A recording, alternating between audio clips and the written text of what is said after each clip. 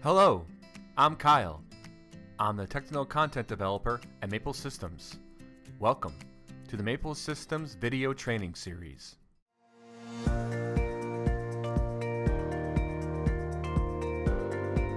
In this video, I'll be covering the configuration for setting up a Maple PLC, specifically a PLC ES0808P, with an IO SA0400T Thermocouple Module. Now, of course, you can use any Maple Modular PLCs, and I'll be connecting a K thermocouple while utilizing the control software MapleLogic.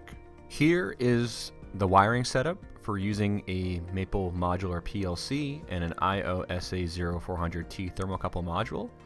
In this example, I'm using channel 1 on the Thermocouple Module, and I have a thermocouple positive going into the positive of the Thermocouple Module and the negative going into the negative part of the Thermocouple Module. And it's as simple as that, and just making sure that both the PLC and the IO module are connected to a power supply. Now, in MapleLogic, the first thing you'll do is choose the Maple Modular PLCs when starting a new project in MapleLogic, and then you're going to right-click on Program, select New Program, and you're going to choose Scan, and then name that program. I have it named Temperature Reading, for example, and then hit OK, and double-click the program.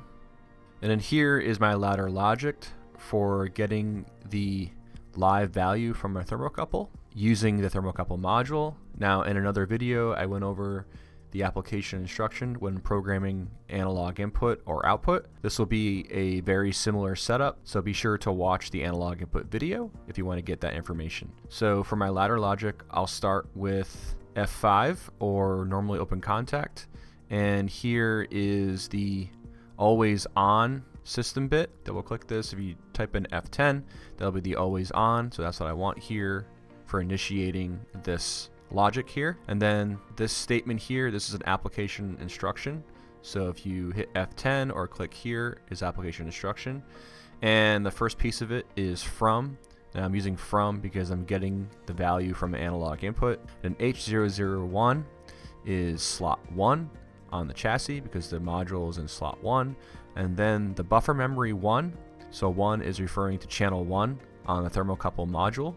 You can find this buffer memory in the help file in MapleLogic. If you search for the Thermocouple Module, you can click on buffer memory, and then you can view what that will be here in your logic.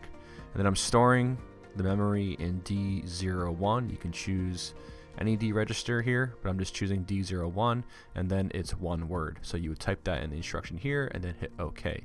That is all the logic you'll need to create here. At this point, we can just go online with our PLC. So go to online and then link plus download plus monitor.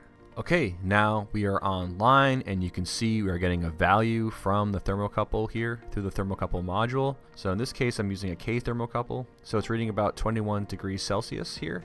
So it's about 70 degrees Fahrenheit. And now that we're online, we can configure our Thermocouple Module. So here you just double click, and this is where you configure channel 1, which I'm connected to. So you double click here. You can drop down the menu here for TC type, and you can do K, J, E, T, and so on. So these types of thermocouples is what you can use in MapleLogic with your Thermocouple Module. So I'm using K, and I'm going to also choose my digital value range. So for me, I'm going to do negative 8,000 to positive 8,000 will be my low, and then my high, so I cannot exceed this range here, and then hit OK. Now if you make any changes to your configuration, you'll always have to click right here, and it tells you that the set value is written to the PLC, so that's good. Hit OK. Now to see the status of your live values, you click status here, and you can see you're also getting that same reading as you are in your ladder logic. You're getting it here, so it's reading 21 degrees Celsius and 70 degrees Fahrenheit. Now I'm going to increase the temperature and then also decrease it back to our value here. So I'm going to increase it to about 50 degrees Celsius. And you can see it's reading about 50 degrees Celsius, 123 degrees Fahrenheit. Let's go back down to 20 degrees Celsius. And there we are. So you can see it changing there, and you can also see it changing in your ladder logic. Now, one last thing I want to go over is the error status on your thermocouple module. This may happen if you stop sending a signal to the thermocouple module, which would be either a disconnection in wiring or maybe a power outage. Also, maybe if it exceeds the maximum or minimum temperatures, like I showed before, if it exceeds that -8,000 or that +8,000, it'll show a blinking error on your IL module. Okay, I'm going to disconnect the thermocouple, and you will see the error status light blink on the module through the live camera view that I'm showing now. So I'm going to disconnect the wire.